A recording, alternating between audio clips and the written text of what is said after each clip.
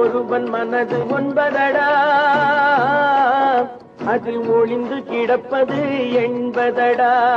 உருவத்தை பார்ப்பவன் மனிதனடா, அதில் உள்ளத்தை காண்பவன் இறைவனடா. உருவத்தை பார்ப்பவன் மனிதனடா, அதில் உள்ளத்தை காண்பவன் இறைவனடா. ஏறும் போது எரிகின்றான், இறங்கும் போது சிரிக்கின்றான். வாழும் நேரத்தில் வருகின்றான், வறுமை வந்தால் பிரிகின்றான். தாயின் பெருமை மறக்கின்றான், தன்னலக்கேற்றில் விழுகின்றான். பேய் போல் பணத்தை காக்கின்றான், பெரியவர் தம்மை பழிக்கின்றான். ஒருவன் மனது ஒன்பதடா,